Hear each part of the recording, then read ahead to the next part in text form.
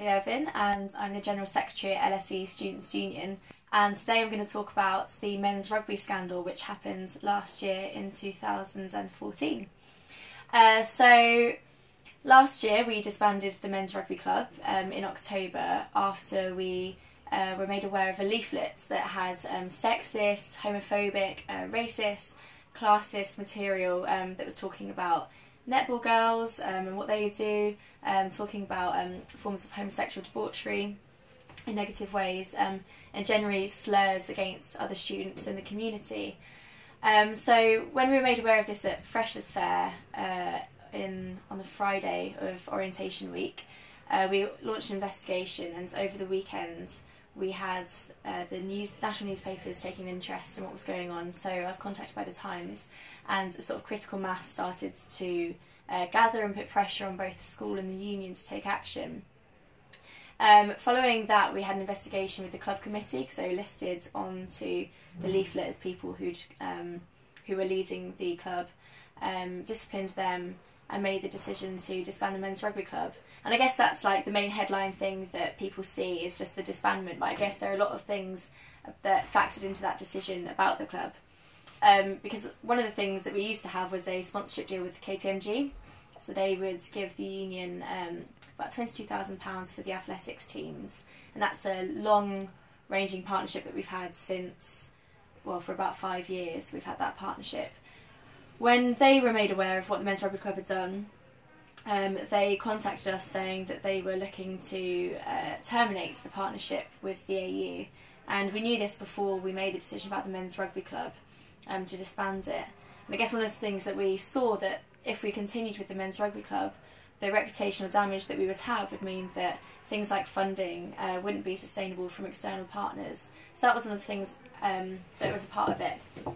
But I guess most importantly is like the broader history of what's gone on with the men's rugby club. So when I was a student, the first time I met people in the men's rugby club, they called me a slut for no real reason, just shouted at me in the streets.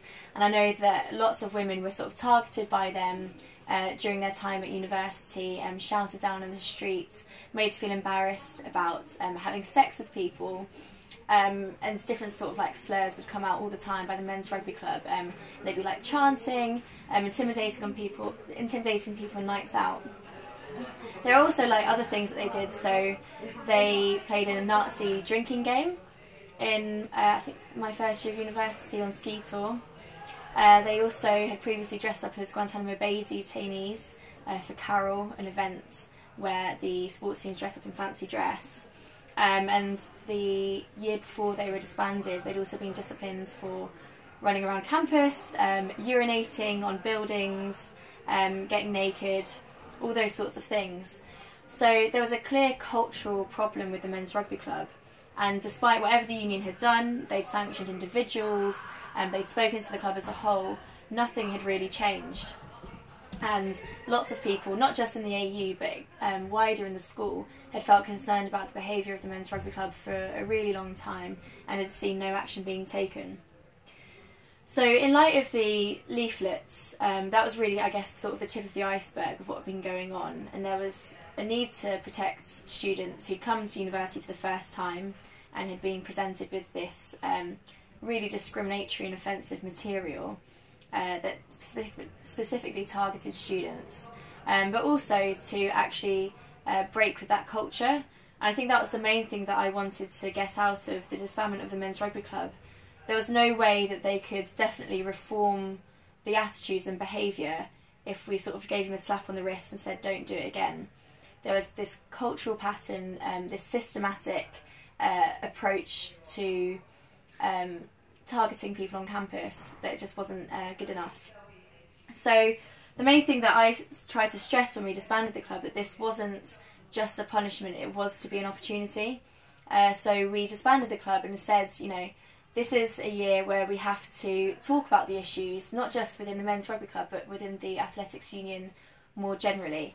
And we did that. It was a really slow process, and a lot of the men's rugby club didn't accept the decision at first, didn't accept any responsibility for what happened, and there were other parts of the AU who backed them up, which made it very difficult. But slowly we've seen a cultural change, and a men's rugby group was created.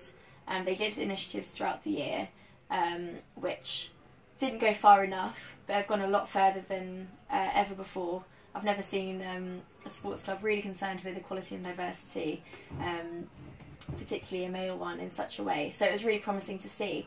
So they had the men's rugby working group, and that was a good initiative that moved forward. And then eventually at the end of the year, we reviewed their progress and we reinstated them with a lot of conditions, so that if something happened again that the club could be collectively responsible for, they would be automatically disbanded. And I guess probably just to stress, the decision was about safeguarding students. It was about also safeguarding the athletics union, which a lot of people don't think it was, but it really was, because things around funding really affected other clubs and the reputation. You know, SOAS was going to give walkovers to the men's rugby club if they continued. People didn't want to play the team.